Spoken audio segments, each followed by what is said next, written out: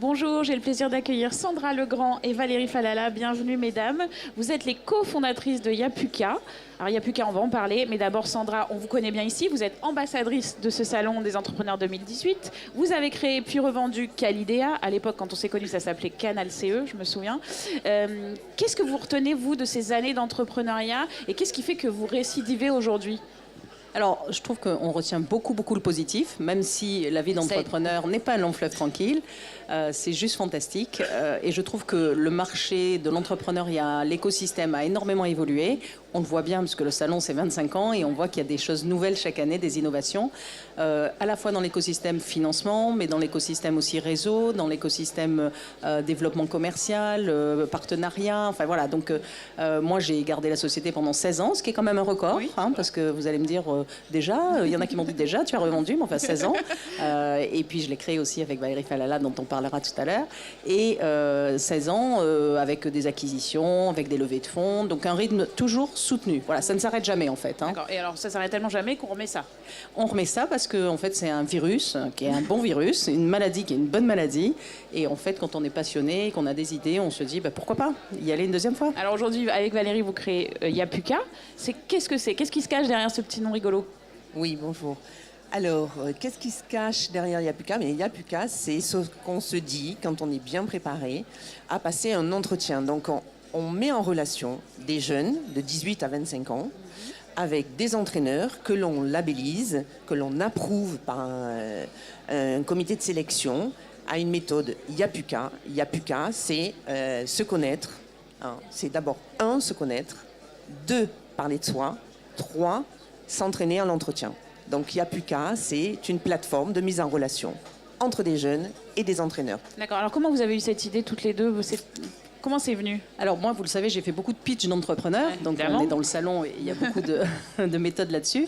Et Valérie, qui est RH, donc expert en ressources humaines, a entraîné un petit peu tous nos enfants en fait. Nous, on a des enfants entre 18 et 24 ans et donc les amis nous confiaient leurs enfants en leur disant voilà, leurs jeunes, entraînez-les, ils ont un grand oral à passer. Entraînez-les, ils ont un concours. Entraînez-les, ils ont un stage. Entraînez-les, ils arrivent sur le marché de l'emploi, premier job. Donc Valérie faisait ça tous les week-ends, le soir, etc. Et au bout d'un moment, je lui ai dit, mais Valérie, il y a peut-être un créneau, il y a peut-être un marché, il y a peut-être une idée qui peut devenir une entreprise. Et on a justement pris des étudiants HEC entrepreneurs qui nous ont aidés à modéliser et en tout cas à révéler ce marché. Ils nous ont même aidés à trouver ce nom fantastique qui est Yapuka, que tout le monde retient. C'est yapuka.org, le site. Et puis on s'est lancé parce qu'on récidive ensemble et c'est chouette. Et travailler avec les jeunes, c'est juste fantastique.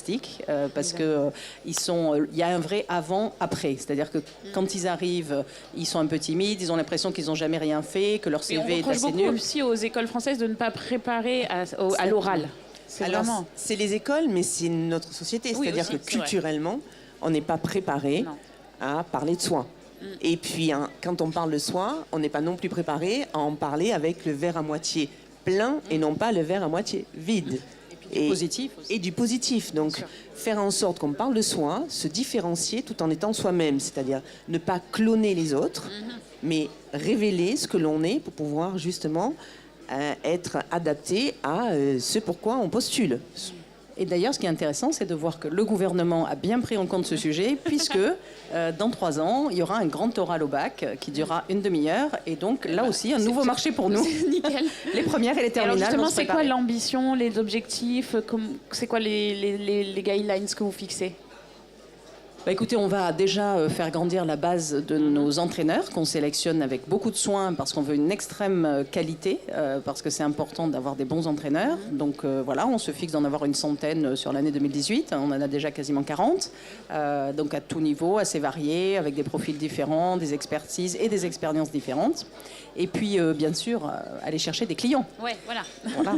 Alors les clients, ils passent déjà par la plateforme, c'est-à-dire que nous, on souhaite, notre objectif, c'est de digitaliser le bouche à oreille. C'est-à-dire ce que disait Sandra tout à l'heure, effectivement, il y a le réseau qui est passé par moi et aujourd'hui, on souhaite, et c'est ce qui arrive, on commence à l'avoir, effectivement, les jeunes choisissent sur notre plateforme l'entraîneur qui est adapté à son besoin. Autrement dit, un jeune choisira plutôt un jeune ESSEC pour passer l'ESSEC, HEC pour passer HEC, un coach qui a en argent, qui a déjà 5 années d'expérience pour des stages, par exemple, et or, puisqu'en l'occurrence, j'en fais partie, la catégorie or, des experts RH pour trouver un premier job.